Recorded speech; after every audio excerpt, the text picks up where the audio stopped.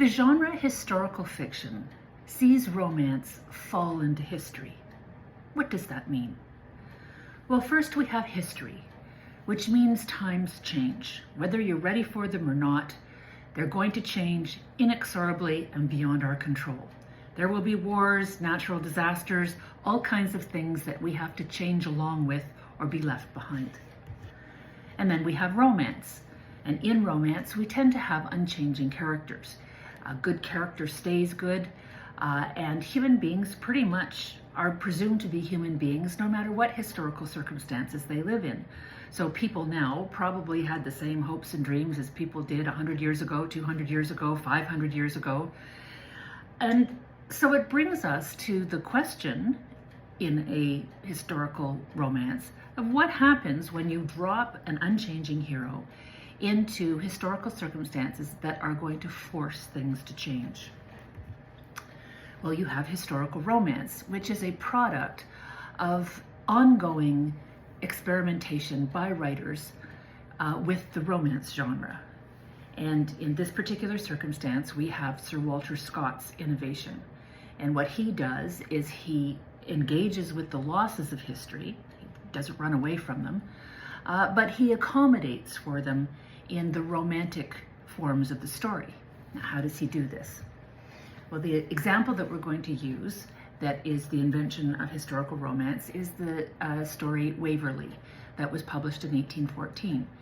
And it starts with "'Tis 60 years hence," which means it is 60 years hence. That is placing the beginning of the story 60 years ago. So the story is already known as far as its ending is concerned, and there's nothing anybody can do about that ending. And the ending is that the Jacobites lose a war, and it was an ongoing war, a series of rebellions where the Scots wanted to return the Stuart line to the British throne and not amalgamate with England.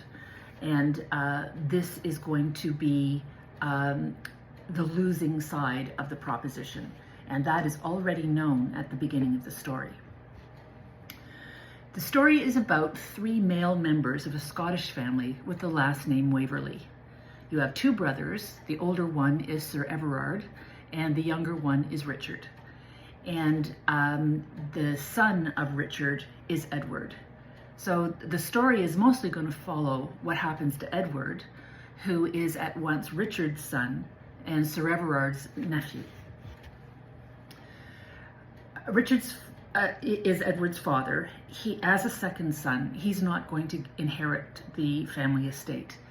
And so he's going to have to figure out how to make his own way in the world. So he goes off to London to schmooze and do whatever he needs to do to be successful.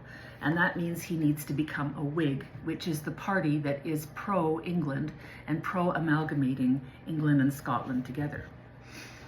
Now, Richard's brother, Sir Everard, is opposite his brother politically. He's a Tory, and he's a passionate Scottish nationalist. He does not want an amalgamation, and he does want the Stuart line to be returned to the throne. So these brothers tend to be estranged for political reasons and other ones, and that goes on in the story until Sir Everard, who does not really know his nephew yet, Edward, he is at the time in his life where he needs to take a wife. So he offers a marriage proposal to a woman named Emily, but unfortunately Emily is secretly in love with somebody else. So she turns him down, and he's very heroic about it and does what he can to put Emily in touch with the person that she wants to be with, and to have that as a marriage, and is successful in doing that. He's very chivalric in that sense, but he's been embarrassed, and he's not going to be turned down again. So he's not going to risk another marriage proposal in his life, so he's not destined to have anybody he can pass on his estate to. So Richard leaves Edward with Sir Everard for Edward's upbringing. which includes his education. So Richard provides a tutor who's very boring, but is supposed to be teaching Edward the practical things on how to get ahead in life, and all of the subjects in his education that would help with that. Now, Sir Everard is left with the task of teaching Edward his literary education.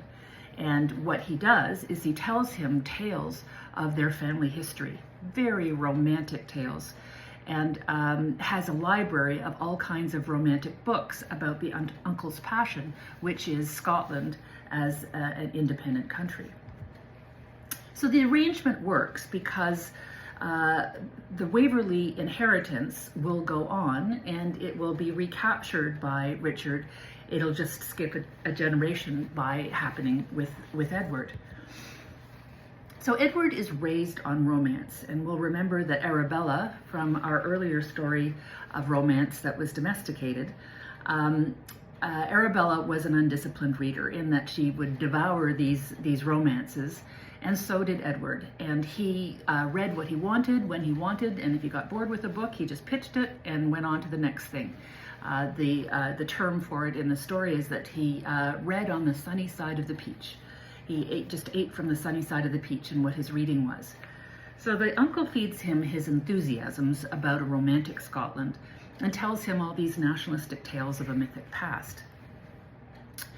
To the point where Edward gets so enthusiastic, he joins the Jacobites in one of their rebellions, and that means that he's joining up with a losing cause. Now, although the war is hopeless, Edward finds winning battles within that, and one is the romantic characters that he serves with as a soldier. He finds them very wonderful people, and it's an add to his life that he's met these people and had a chance to do something with them. He also falls in love with Flora, who he wouldn't have met unless he had served as a soldier. And he associates her with the Scottish landscape that he's fighting for, that he falls in love with her, and he already loves Scotland. And some battles are won, or if not won, are close enough because the Scots ported themselves very well, and Edward can be proud of what they did on the field.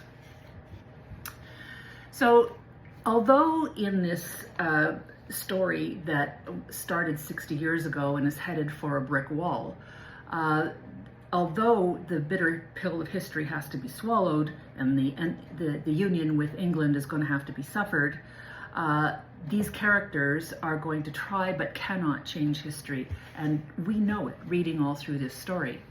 Sir Everard's romantic view of the world is not going to survive, but Edward finds heroic people that will make up for losing the war. And this is where we have historical romance. So a few things have changed with the invention of this new genre. And one is that romance has been turned out of a domestic realm and back into a male public world. You have, we're not in Arabella looking for husband anymore. Now we're out in a war zone in the field where men are fighting, and it is still a romance. And it brings the sense of the past being a better time and place than now, that it was a bower of bliss in a sense, and the future belongs to history, and history is worse. And what this new genre offers is a way of understanding human life caught up with larger forces in the world that the human being as an individual can just not cannot direct. But it does allow us to retain the understanding of humans as consistently human and heroic across time. So the individual experiences these larger forces and can't change them, but is not crushed by them. So the fall of romance into history, what that means is we started out at the beginning of the webinar series with the form of romance is the wild, improbable one, where characters were very mobile in kind of a man's world kind of way. And then we went to the female Quixote when we found the story was relocated into a woman's domestic world. And now we find with Waverley that the romance is directed back out into a public world and into very male circumstances. But writers were not finished experimenting with genre, so they went on playing around with things, but I'm not going to tell you what comes next, but I will be here to tell you in the next webinar. See you then.